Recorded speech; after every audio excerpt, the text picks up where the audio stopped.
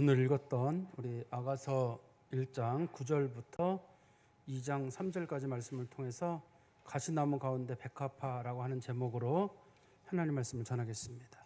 이 아가서를 이해하려면요, 기본적으로 이게 솔로몬과 술람미 여인의 연애를 다룬 내용이라는 걸 전제로 보셔야 돼요. 여러분들이 연애를 하는 사람이라고 생각해 보시면서 처음 만나고 또 만난 다음에 서로 교제를 나누고 또 그러다가 다투기도 하고 또 그러다가 또 서로 관계가 좋아지게 되다 또 다투고 그다음에 결혼하고도 또 큰 다툼들이 있고 그러면 서서히 이제 부부 관계가 단단하게 맺어져 가는 것처럼 술람미 여인과 솔로몬의 관계도 그렇게 진행이 되거든요. 그걸 먼저 보시고 그다음에 두 번째는 그 말씀을 영적인 의미로 이해를 하는 거예요. 여기서 사용되는 어떤 사랑이란 단어들은 전부 다 남녀의 사랑이거든요, 원칙적으로는. 그렇지만 그걸 통해서 하나님의 사랑의 뜨거움을 설명하고 있기 때문에 영적인 차원에서 이걸 한번 잘 이해하려고 애를 써보는 거예요. 처음에는 조금 어렵지만 이제 지나다 보면은 익숙해지고 성경에 쓰는 용어들이 가슴에 와닿으면 나머지 뒷부분을 볼 때는 그렇게 어렵지 않게 우리가 본문을 볼 수 있습니다. 제가 앞에 나와 있는 내용을 조금 정리해서 말씀드리면 이 술람미 여인이라고 하는 여자가 솔로몬이라는 사람을 꼭 만나고 싶었어요. 왜 만나고 싶었냐면 너무 좋은 소문이 나 있었어요. 특별히 예루살렘의 여자들은 솔로몬이라는 사람하고 좀 한 번 좀 지내봤으면 얼마나 그 사람이 좋고 얼마나 예의가 바르고 또 그 사람하고 얘기만 나눠도 기분 좋다는 얘기들이 막 들리기 시작하니까 이 술람미 여인이 사람들에게 소문을 냈어요. 나도 솔로몬을 좀 만났으면 좋겠다. 그랬지만 당시에 있는 그 예루살렘 여자들이 어디 감히 솔로몬을 쳐다보느냐. 너같이 얼굴도 까맣고 성격도 못됐고 너는 감히 쳐다보지도 마라 하니까 술람미 여인이 말하기를 내가 피부는 검지만 나름대로 매력이 있는 여자다. 솔로몬이 나를 보면 나를 사랑할 것이다. 이렇게 술람미 여인이 얘기를 하거든요. 그리고 나서 둘이 연애가 시작돼요. 연애가 시작됐는데 술람미 여인이 솔로몬을 만나기가 어려워요. 솔로몬은 보통 궁궐에 있잖아요. 술람미 여인은 이제 궁궐 밖에 있잖아요. 그러면 이 사람을 만나려면 솔로몬이 어디서 있는지 뭐 하는지 솔로몬이 좀 만나주러 오든지 그래야지 이 여자가 만나기 때문에 솔로몬한테 이제 궁금해서 연락을 보낸 겁니다. 연락을 보내기를 뭐라고 연락을 보냈냐면 당신 일하는 데가 어디냐? 당시 성경에서는 그걸 이제 목동으로 둘 다 비유를 해놨기 때문에 솔로몬도 목동인 것처럼 이 여자도 목동인 것처럼 서로 이제 비유를 해놨어요. 그래서 마치 목동들이 얘기하는 것처럼 보이지만 실제로는 목동이 아닙니다. 두 사람이 그냥 서로 일반적인 연애를 하는 사람들인데 어떤 술람미 여인이 솔로몬에게 연락을 보내가지고 당신 일하는 데가 어디냐? 그다음에 쉴 때는 어디서 쉬느냐? 우리로 말하면 이런 거예요. 당신 주중에는 어디서 일하고 주말에는 어디서 쉬느냐? 당신 좀 알았으면 좋겠다. 데이트 좀 하려고 하는데 시간 좀 내달라. 이런 식으로 이제 술람미 여인이 부탁을 했어요. 그러면서 하는 말이 당신이 나를 꼭 만나줘야 된다. 안 만나주면 내가 진짜 망신을 당한다. 내가 사람들한테 얘기하기를 나는 피부는 검어도 게달의 장막처럼 그 안에 보물을 가지고 있고 솔로몬의 휘장처럼 그 안에 나름대로 하나님 법궤를 가지고처럼 매력이 있는 여자라고 했는데 당신이 나를 안 만나주게 되면 사람들에게 내가 놀림거리가 되지 않겠느냐. 나 좀 만나달라 하니까 솔로몬이 만나는 방법이 있다. 내가 양떼를 칠 때 양떼 뒤를 따라오너라. 어디로 가는지 묻지 말고 내가 어디로 오라고 하는 곳은 내가 양떼가 걸어간 그 길을 내가 따라오면 되는 거니까 내 양떼질을 잘 따라오너라. 대신에 너도 놀지 말고 너의 염소 새끼를 돌보면서 와라. 우리 그리스도인에게 주시는 말씀은 우리 성도들이 하나님의 은혜를 바란다고 하면서 하나님 은혜 주세요 기도만 하는 게 아니라 우리가 하는 일상적인 일들을 꾸준히 하면서 주님의 길을 쫓아가는 거예요. 쫓아가는데 대신에 그 솔로몬이 말하기를 은밀하게 하라. 아무도 모르게 내가 걸어간 자리를 너의 염소 새끼 발자국으로 다 덮어가면서 아무도 모르게 몰래 광야로 와라. 저는 그거를 이제 영적인 광야 혹은 영적인 골방이라고 했거든요. 둘이 은밀한 사랑이 깊어지려면 반드시 둘만의 시간이 있어야 돼요. 조용하게 보내는 시간이. 근데 제가 요즘 우리 한국 기독교를 향해서 안타까운 면이 있는데 뭐 우리 교회도 혹시 그럴지 모르겠는데요. 우리가 종교성을 잃어가고 있어요. 우리가 교회가 예배가 굉장히 뜨거워졌거든요. 한국교회 예배가. 그리고 찬양 예배도 많이 하고 있습니다. 우리가. 그런데 한국교회 젊은이들 중에 한 20% 정도가 소위 기독교의 이 신성과 종교성에 대해서 만족을 못 느껴가지고 절에서 하는 템플 스테이를 다녀온 적이 있대요. 절에서 조용히 그 참선하고 그러는 게 거기서 종교성을 느낀다는 거예요. 우리 기독교에서는 찬양 그런 거에서는 종교성을 잘 못 느끼겠다고 지금 얘기를 하고 있어요. 그러니까 우리가 고민해 봐야 될 거예요.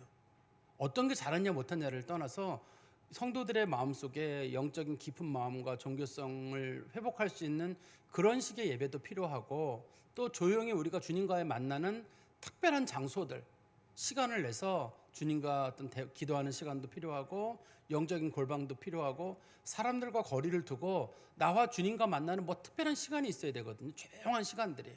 근데 우리는 너무 소란한 시대를 살아가고 있어요. 예배도 그럴 수가 있고, 또 유튜브나 혹은 뭐 TV나 뭐 신문이나 방송을 통해 가지고 온통에 시끄러운 얘기들이 많아가지고 마음을 추스르기가 어려워요. 조용하게 주님과 어떤 묵상의 시간이 필요하거든요. 이제 오늘 본문에서는 아까 말씀드린 대로 술람미 여인이 솔로몬에게 당신 정오에는 어디서 쉬냐고 분명히 물어봤으니까 그 정오에 쉬는 그 자리에 술람미 여인이 거기 가게 됐습니다. 두 사람이 거기서 이제 서로 데이트를 하는 거거든요. 데이트를 하면 서로 얘기를 나눠요. 서로 이제 잔디밭에 누워가지고 서로 얘기를 나누면서 하늘도 바라보고 사람 얼굴도 바라보고 그러면 서로 나누는 얘기가 여기 본문에 기록이 돼 있거든요. 그래서 이 본문을 이해하시려면 두 사람이 푸른 잔디밭에 누워 있고 하늘을 바라보고 있다는 걸 전제로 이 말씀을 이해하시면 말씀을 이해가 훨씬 좀 쉬울 것 같아요. 우리 9절 말씀 보실까요? 내 사랑아, 내가 너를 바로의 병거의 준마에 비하였구나. 한마디로 솔로몬이 얘기를 하거든요. 너 꼭 말 같다. 좋은 칭찬입니다, 이게. 그래서 우리 이제 남편이나 혹은 연애하시는 분들이 너 꼭 말같이 생겼어. 좋은 뜻인가요? 우리나라 말에는 별로 좋은 거 아니죠, 우리나라 말에는. 근데 여기서는 좋은 뜻으로 사용된 겁니다, 말 같다는 말이. 근데 거기서 뭐 어떻게 말 같다고 말하냐면 바로의 병거의 준마와 같다 이렇게 했거든요. 우리나라 말에는 이 준마라는 말의 뜻이 그 남자 말이 암컷인지 수컷인지가 안 나와 있잖아요. 근데 그 히브리어로는 수사라고 불러서 암말이에요. 당시에 왜 이 바로의 병거의 준마를 아름답다고 하냐면 옛날에 전쟁을 할 때 전쟁에 나오는 말들은 전부 다 순말이에요. 순말이 전쟁에 나오는데 이 순말들을 교란시키는 방법이 어떻게 교란시키냐면 발전기에 이른 종마 아주 예쁜 암말을 거기다 투입시켜요. 그러면 그 암말 그 꽁지를 쫓아다니다가 그 말들이 전쟁을 못하고 여기저기 뛰어다니게 되거든요. 당시에 그런 전술법이 있는 거예요. 그래서 바로의 병거의 준마란 말은 그런 걸 얘기하거든요. 근데 바로의 병거의 준마를 말을 아주 예쁘게 꾸미는 거예요. 모양도 예쁘게 꾸미고 털도 잘 관리하고 그래서 모든 수컷이 그것을 보면은 정신이 잃을 정도로. 그래서 이 본문에서 바로의 병거의 준마 같다는 말은 너는 나를 정신을 잃게 만드는 사람이다. 내가 너를 보면 도대체 정신을 못 차리겠다. 어쩌면 그렇게 예쁘냐. 너만 보면 정신을 못 차리겠다는 식으로 지금 그 솔로몬이 술람미 여인에게 얘기를 하는 거예요. 근데 두 사람이 이제 누워 있는 상태니까 그러면 이제 너 때문에 정신을 못 차리겠다고 하니까 여자가 뭐라고 물어볼 거예요. 여자도 특징이 있거든요. 어디가 예쁘냐 도대체. 예쁘다고 물어보면 반드시 어디가 예쁘냐고 이제 얘기를 할 거란 말이에요. 그러니까 솔로몬이 얘기하기를 10절입니다. 내 두 뺨은 따은 머리털로. 첫 번째는 뺨이 예쁘다. 두 번째는 내 목은 구슬깨미로 아름답다. 목이 예쁘다. 뺨하고 목이 예쁘다고 하는 이유는 지금 둘이 누워 있어서 그래요. 누워 있다가 얘기 나누다가 근데 어디가 예뻐요? 그러면 또 옆에 누워가지고 옆에 누웠으니까 볼밖에 안 보일 거 아니에요. 볼이 예쁘네. 또 목이 보일 거 아니에요. 목이 예쁘네. 그런데 그냥 예쁘다고 하지 않고 거기 보시면 따은 머리털로 머리카락을 따았는데 머리카락이 이렇게 따은 머리카락이 있는 그 모습이 예쁘다는 뜻이거든요. 근데 우리나라는 머리 따았다 그러면 과거에 이제 그 머리 밑으로 쭉 따 내리는 걸 생각하는데 이스라엘 사람들은 머리를 따서 동글동글 말았어요. 이렇게 동글동글 말았고 이런 식으로 말아놨었거든요. 머리를 양쪽으로 그렇게 머리를 따서 다녔기 때문에 여기서 그 머리를 똘똘 따라 이렇게 따놓은 그 모습 그리고 볼 모습을 보면서 참 볼이 예쁘다. 그리고 목도 예쁘다고 했는데 그 목은 또 왜 예쁘냐면 구슬꿰미로 아름답구나. 그 여자가 목에 목걸이를 한 거예요. 근데 목걸이를 뭐라고 표현했냐면 구슬꿰미라고 한 걸 보니까 이 여자가 한 목걸이가 좋은 목걸이는 아니에요. 좋은 목걸이는 아닙니다. 좋은 목걸이는 아닌데 그냥 수냄 여자가 나름대로 멋을 냈는데 뭐 우리로 말하면 시장에서 혹은 뭐 다이소에서 뭐 몇천 원짜리 이렇게 목걸이 하나 사가지고 딱 나왔다고 보시면 돼요. 그래서 이거를 목걸이라고 하지 않고 구슬꿰미라고 일부러 번역을 한 겁니다. 이게 구슬깨미로 아름답구나. 그렇게 말한 다음에 솔로몬이 뭐라고 말을 하냐면 11절에 우리가, 여기서 우리라는 말은 솔로몬과 궁궐에 있는 그 보석을 장식하는 사람들 혹은 메이크업 아티스트들이에요. 우리라는 말은 우리가 너를 위하여 금사슬에 은을 박아 만들리라. 너 목에 있는 그 목걸이가 너무 안 맞아요. 그 여자 신분에. 그 여자가 이제는 솔로몬과 연애를 하는 여자라면 그 여자가 목에는 금사슬에 은이 박힐 정도로, 우리로 말하면 다이아 같은 거, 명품 목걸이가 딱 있어야지 정상이지. 어떻게 그렇게 구슬 같은 거 몇 개 끼고 어떻게 나왔느냐. 그거 내가 바꿔줄게. 당신 날 만났으니까 이제 내가 목걸이 다 바꿔줄게. 그리고 나랑, 여기 우리란 말은 아까 말씀드린 메이크업 아티스트들이랑 보석 관리자들이잖아요. 좋은 보석으로 당신을 내가 장식해 주겠다. 이렇게 솔로몬이 얘기를 나누는 거예요. 이 여자에게요. 그러면 솔로몬은 이 여자의 뭐가 아름다우냐면 일단은 있는 모습 그대로가 아름다워요. 누워있는 볼의 모습이 아름답고 목도 아름다워요.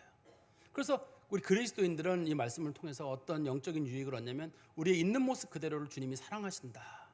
그게 기본적인 전제예요. 주님은 우리가 어떤 모습으로 나오든지 그대로 사랑하시는데 사람들이 나오다 보면 그 안에는 다 단점이 있어요. 여기서는 이 여자에게 단점은 뭐냐면 목에 있는 싸구려 목걸이예요. 싸구려 목걸이를 이 솔로몬은 내가 바꿔줄게 하면서 명품 목걸이를 바꿔주거든요. 주님께서는 성도들의 수많은 단점들을 주님께서 새로운 것으로 주님의 성품으로 바꿔주시는 거예요. 우리는 주님 앞에 나올 때 죄된 모습도 가지고 나오고 악한 모습도 그대로 가지고 있고 상한 마음도 그대로 가지고 나오는데 주님께서는 우리들의 부족한 점들을 주님의 성품으로 은혜로 다 바꿔주신다는 거예요. 그래서 예수를 만나면 내가 가지고 있는 단점들이 장점으로 바뀌는 거예요. 분명히 난 싸구려 목걸이를 하고 왔는데 주님께서 나한테 좋은 목걸이를 내 신분에 맞는 은혜를 주신다는 뜻이거든요. 우리가 가지고 있는 단점들이 주님 앞에는 단점이 아니라 장점이 되도록 주님이 덮어주신다는 뜻이에요. 그렇기 때문에 우리도 마찬가지입니다. 우리도 우리 주변에 있는 분들을 정말 사랑하신다고 한다 그러면 그 사람의 단점을 지적하는 사람이 아니라 단점을 가려주는 사람이어야 돼요. 당신 어떻게 그런 옷을 입고 나왔어가 아니라 내가 그러면 그 옷이 마음에 안 들면 사주면 되잖아요. 어떻게 그런 식으로 싸구려 보석을 하고 왔어? 좋은 보석을 사주면 되는 거. 그런 것처럼 누군가의 단점이 보이면 그 단점을 덮어주는 거예요. 가까이 있는 사람들 혹은 주변에 있는 사람들의 단점을 덮어주는 사람, 그 사람은 진짜 사랑하는 사람이에요. 내가 저 사람 단점을 어떻게 가려줄 것인가. 그리스도인들은 그 노력을 해야지 내가 저 사람의 단점을 어떻게 찾아낼 것인가. 너는 이게 단점이고 저게 단점이고 어떻게 그렇게 싸구려 목걸이를 하고 나올 생각을 했느냐. 네가 어떻게 나랑 감히 수준 떨어지게 그런 목걸이를 하고 왔느냐.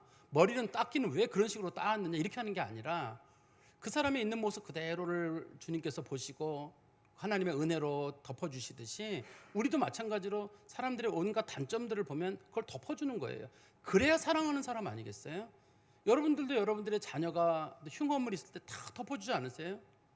남들에게 가서, 적어도 남들에게 가서는 우리가 이런 면이 좋다, 저런 면이 좋다. 제가 설교 시간에 몇 번 말씀드렸었는데 심지어는 우리가 우리 자녀들을 얼마나 사랑하는지 하나님 앞에 갔을 때 네 자녀가 이러이러한 죄를 지었다라고 하면 우리는 뭐라 그럴 거냐면 하나님 제가 잘못 키워서 그래요. 제 잘못입니다. 걔가 친구를 잘못 만나서 그래요. 험한 인생을 만나서 그렇지 원래 그런 애가 아닙니다. 심지어는 하나님 앞에 가서도 우리는 변명할 정도로 정말 사랑하는 마음이 있거든요. 사람이. 그러니까 우리가 주변에 있는 사람들도 그냥 자꾸 단점 찾아내지 마시고 그 사람의 단점을 더 어떻게 하면 덮어줄 것인가. 그게 그리스도의 사랑을 받은 사람들의 태도가 아닐까 하는 그런 생각이 듭니다. 그리고 난 다음에 우리 성경 말씀에 다시 가보시면 12절부터 지금까지 얘기들은 주로 이제 그 솔로몬이 한 얘기였거든요. 이번엔 술람미 여인이 솔로몬에게 하는 얘기예요.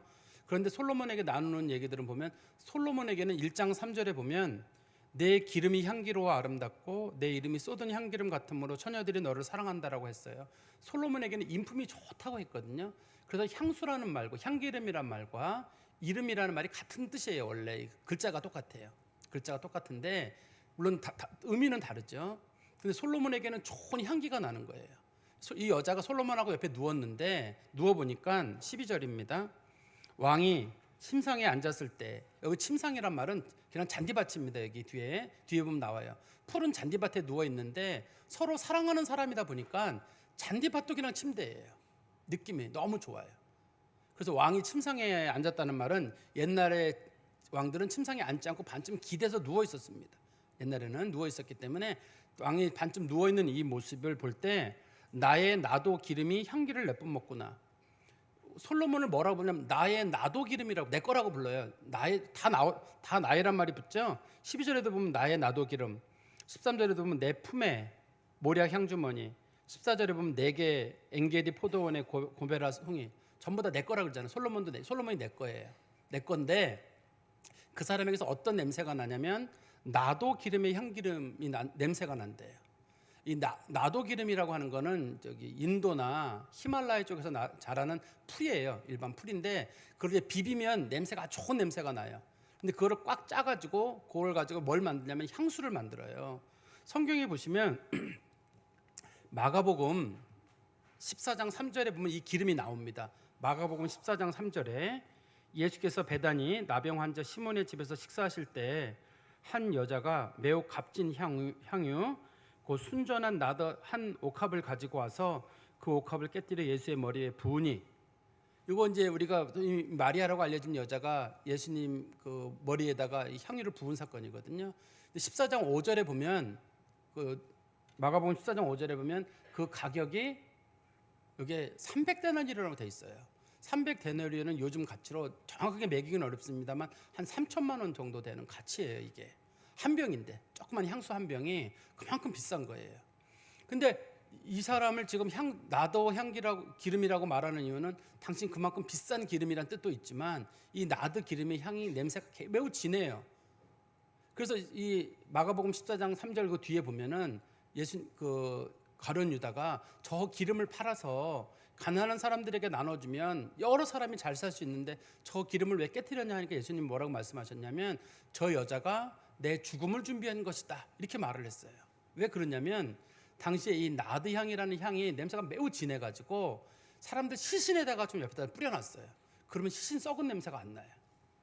그만큼 냄새가 진한 향입니다. 이게 그런 것처럼 우리 그리스도인들이 예수님 옆에 눕잖아요. 우리들의 냄새가 가려져요. 우리가 주님 옆에 누우면, 사실 이 여자는 시골에서 지금 포도원 농사짓다 온 여자잖아요. 그래서 땀 냄새가 많이 나거든요. 근데 솔로몬에게서 나는 이 나드향 냄새 때문에 어떠한 냄새라도 인간 냄새가 다 사라지는 거예요. 그러니까 이 여인이 말하기를 당신에게 참 좋은 냄새가 난다. 당신 옆에만 있어도 내 냄새가 다 사라지는 것 같다. 당신의 선한 영향력이 내게 영향을 미치고 당신의 성품이 내게 젖어드는 것 같다, 이렇게 얘기를 하는 겁니다. 그리고 13절에 보시면 나의 사랑하는 자는 내 품 가운데 모략 향 주머니다. 여기 내 품이란 말은 여자의 가슴 사이란 뜻이에요. 요즘 사람들은 이제 데오도란트라고 하는 소위 그 방향제 같은 거 있잖아요. 데오도란트를 뭐 여기저기 바르잖아요. 근데 옛날 사람들은 이스라엘 사람도 냄새가 나니까 방향제를 여자들이 요 가슴에 목걸이처럼 해가지고 다녔어요. 여기다가요. 목걸이처럼 해가지고 그 냄새가 나도록 그렇게 해놨는데 지금 이 부분을 그렇게 설명하고 있는 겁니다. 첫 번째는 둘이 누워 있다가 솔로몬이 여자의 가슴 쪽으로 몸을 돌린 거예요. 지금 끌어안고 있는 장면이거든요. 끌어안는데 솔로몬의 얼굴이 이 여자 가슴에 닿은 거예요. 이 묘사상으로는. 근데 여자가 그걸 뭐라고 부르냐면 내 품 가운데 모략 향주머니다. 솔로몬에게서 모략 냄새가 나는 거예요. 좋은 냄새가 나는 거예요. 그런데 이 모략은 용도가 뭐냐면 향기도 내지만 방충 효과가 있어요. 다른 벌레들이 오지 못하게 하는 효과가 있어가지고 동방 박사들이 예수님 태어났을 때 황금과 유향과 모략을 바치잖아요. 그게 이제 죽음을 상징하기도 하지만 온갖 악한 것들을 몰아내는 그런 역할을 하거든요. 그래서 여기서 내 가슴에 모략향 주머니라는 말의 뜻은 이분이 나를 지켜주시면 이제 냄새만 좋을 뿐만 나를 지켜주시게 되면 나는 어떠한 어려움에서부터도 자유로워진다. 어떠한 악령이나 어떠한 것들도 나를 함부로 대하지 못한다, 그런 뜻입니다. 그 다음에 여기서 관계가 더 깊어지게 되면 14절입니다. 나의 사랑하는 자는 내게 엔게디 포도원의 고베라 송이로구나.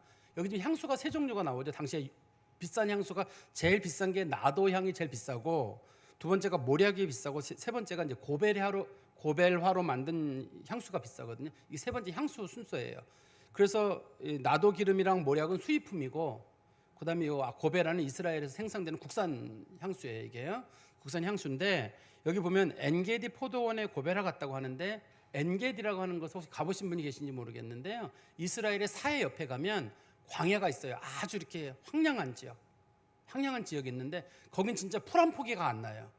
풀 한 포기가 안 나기 때문에 거기는 포도원이 없어요.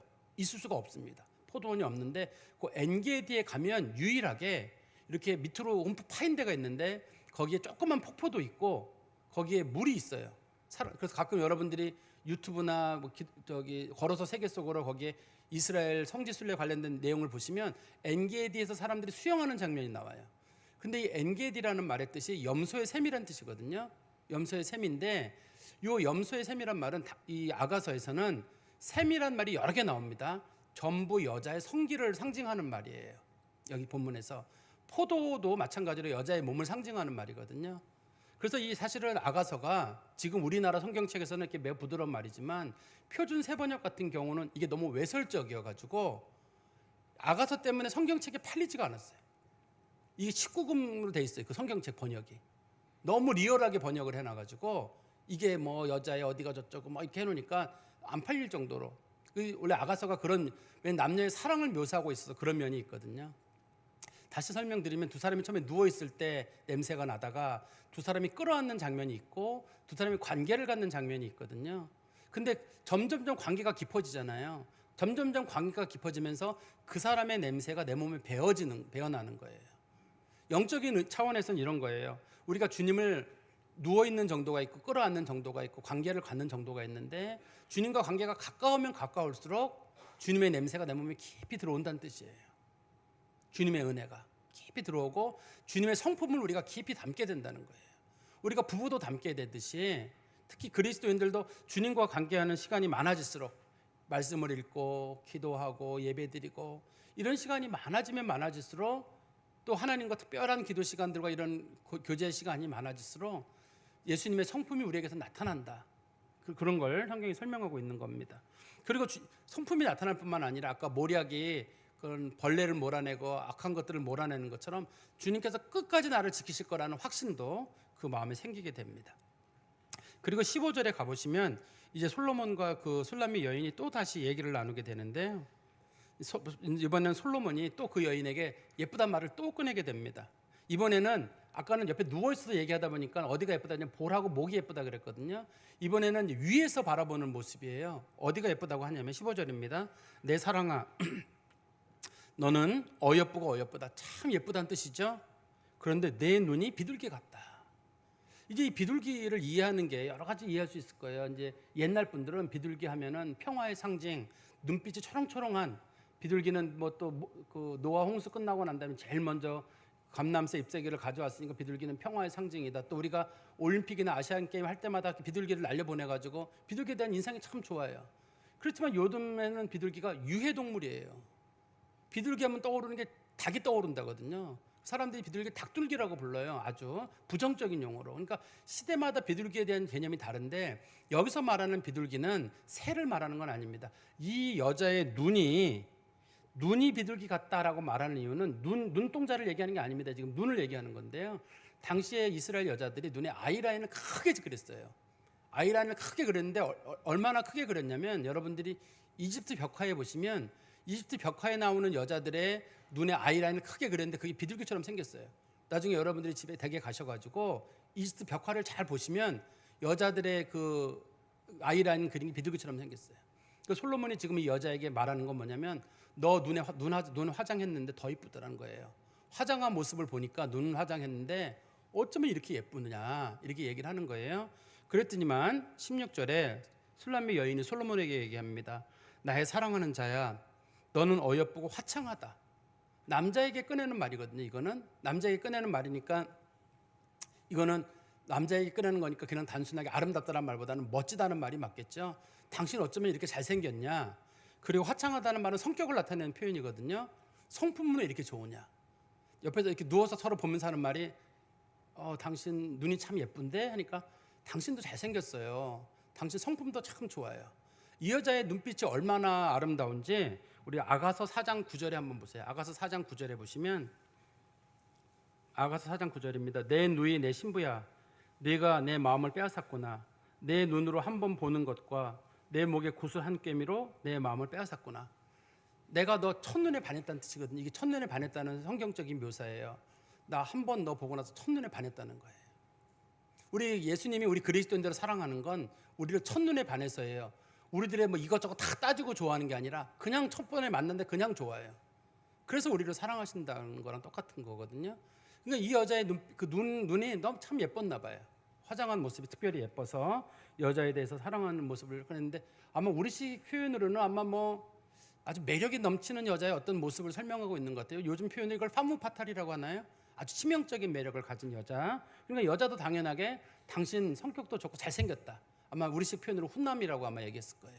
당신 훈남 같다고 얘기를 하는데, 그랬더니만 둘이 주고받는 얘기가 이런 얘기입니다. 16절 중간에 보시면요, 우리의 침상은 푸르고 우리의 집은 백향목 들보 잣나무는 석가래로구나. 여자가 지금 잔디밭에 누워 있는 겁니다. 잔디밭에 누워 있는데 서로 사랑하는 사람하고 있다 보니까 너무 좋아요. 잔디밭이면 어때요? 잔디밭이 푸른 침상 같아도 너무 좋고 거기에 그냥 잡초들이 막 자라나고 있을 거거든요. 근데 생각하기를 그게 백향목처럼 보이는 거예요. 사랑하는 눈으로 보니까 그게 백향목이에요.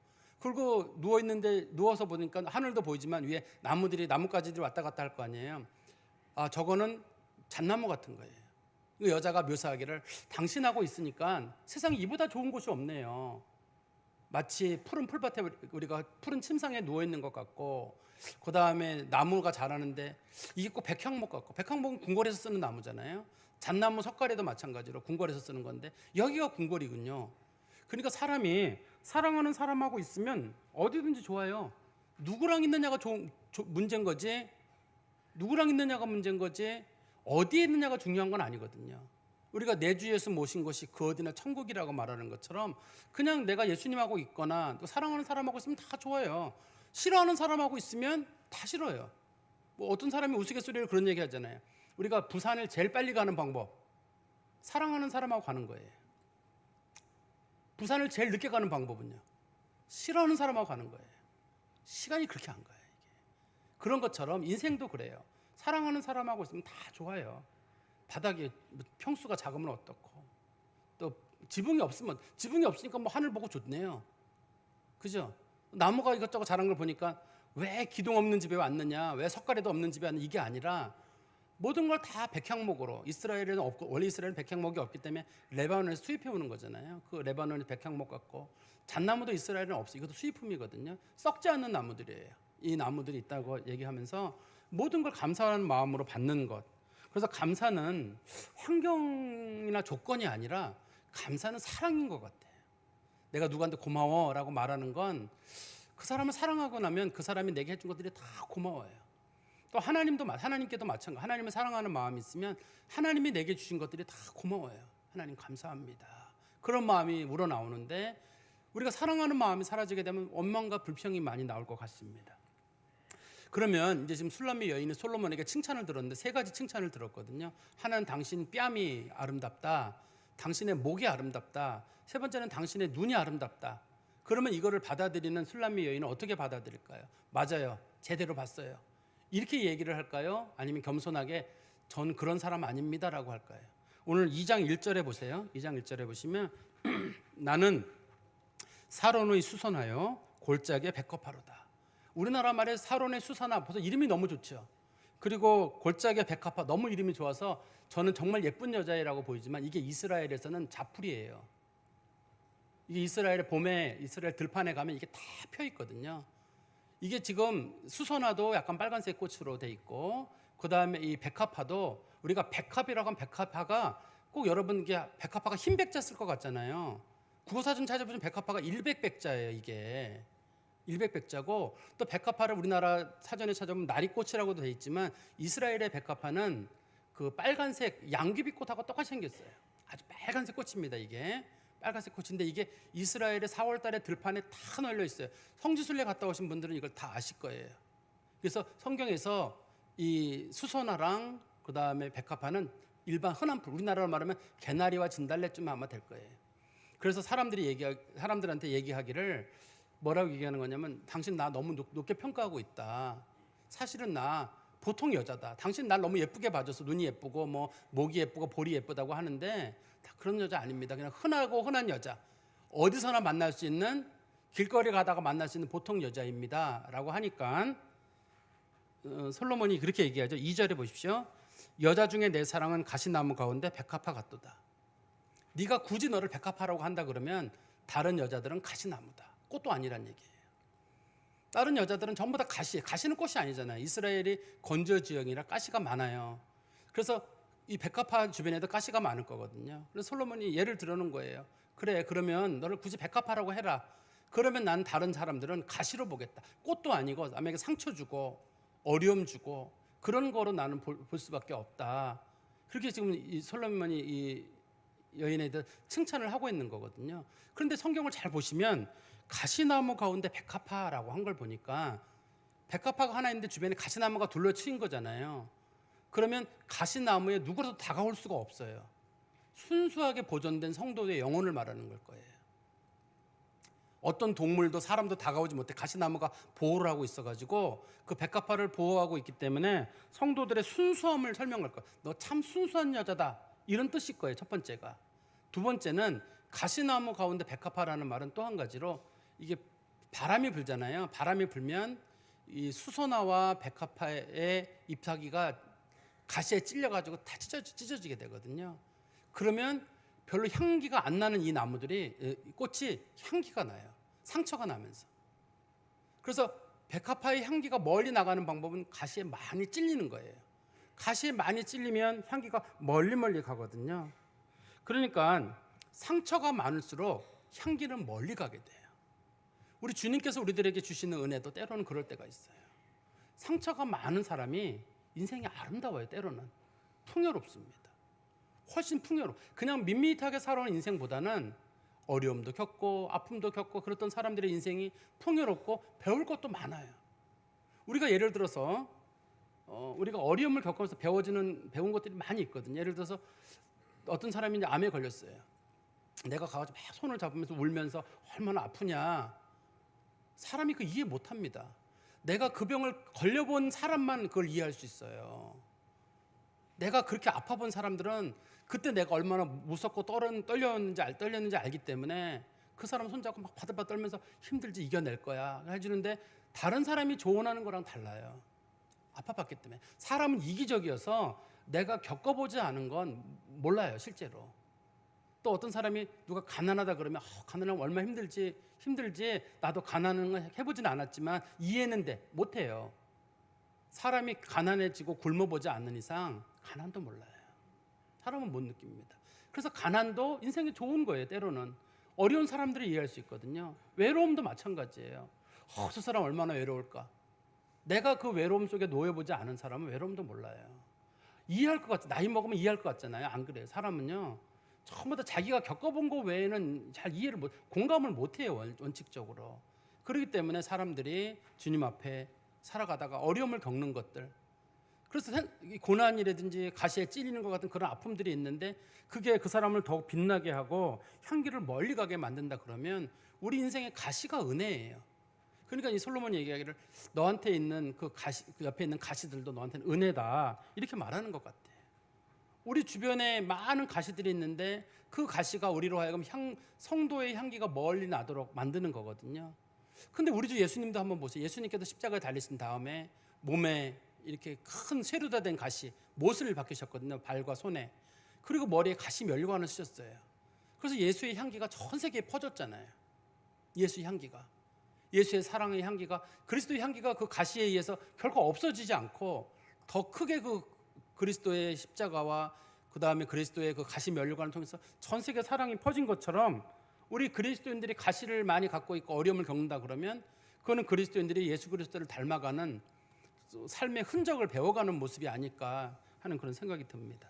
그러면 이렇게 술람미 여인이 솔로몬에게 칭찬을 듣고 나면 솔로몬도 거기에 대해서 술람미 여인이 솔로몬에게 칭찬을 들었잖아요. 그러면 술람미 여인도 솔로몬에게 칭찬할 거거든요. 그 3절입니다. 남자들 중에 나의 사랑하는 자는 숲을 가운데 사과나무 같구나. 내 눈에 다른 남자들은 잡초고요. 당신만 사과나무란 뜻이에요. 난 다른 남자는 나무로도 안 보고 그냥 잡초로만 봅니다. 솔로몬은 뭐라 그랬냐면 다른 여자들은 가시다. 당신이 백합화라면 가시다라고 했는데 여기는 여자는 더 높여가지고 솔로몬을 예를 들면서 다른 사람들은 다 숲풀에 있는 잡초에 불과하고 당신만 사과다라고 얘기를 했거든요. 그런데 사과라는 게 이게 이스라엘에 안 나는 과일이잖아요. 사과는 한대성 과일이에요. 한대성 과일이어가지고 사과는 보통 겨울이 긴 지역에 있어야지만 사과가 자라요. 그래서 이스라엘 사람들에게 사과는 상징적인 상상의 과일이에요. 상상의 과일이어서 그거를 먹어본 사람도 별로 없고 아주 뭐 부유층 사람들이 수입해서 먹을지 모르겠는데 흔하게 먹을 수 없는 그런 과일이에요. 우리로 말하면 어린 시절에 아마 바나나쯤 되지 않을까 싶어요. 우리가 어린 시절에 제가 모르겠어요. 저보다 이제 일찍 많이 드신 분들이 계실지 모르겠는데 저는 이제 대학 다닐 때 80년대에 그때가 아마 이대 앞인가 뭐 그쪽에서 그 지하철 입구에서 당시에 그 전두환 대통령 동생 전경환인가 그 사람이 농협 중앙에 뭐 그거 하면서 바나나를 대거 수입해 왔어요. 우리나라에요. 그 당시에. 그래서 바나나가 그때 처음으로 흔했습니다. 그때 당시에. 그랬지만 그 하나 있잖아요. 1,000원인가 1,500원이었어요. 당시에 가격이. 그거 제가 기억이 나요. 근데 그때가 겨울이었는데 뭐 1월 달인가 됐는데 제가 그 한 송이를 아주 맛있게 먹었던 기억이 나요.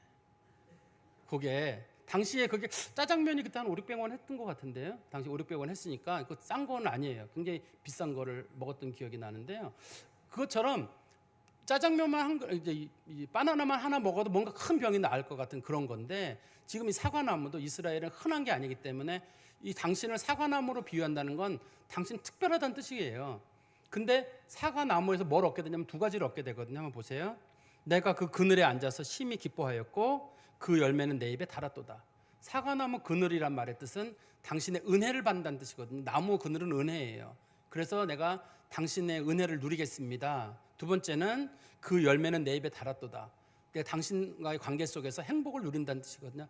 달다른 말은 내가 인생의 행복을 당신 가운데서 누리는군요. 내가 당신과 함께 있으므로 당신이 주는 은혜도 누리고 당신이 주는 행복도 제가 누리겠습니다. 이렇게 얘기를 하고 있는 거예요. 그러니까 그리스도인들은 예수님과 더불어서 그늘과 열매를 누리게 되는데 사과나무를 아시는 분들은 아시겠지만 사과나무가 그늘이 없어요. 사실은요. 사과나무를 가까이서 가수원에 가서 보시면 사과나무가 사람이 피할 정도의 그늘이 있는 나무는 아닙니다. 그래서 사과나무에 어떤 사람이 가서 난 사과나무 그늘에 갈 거야 그러면 사과나무를 아는 사람들은 웃어요. 사과나무가 무슨 그늘이 되느냐.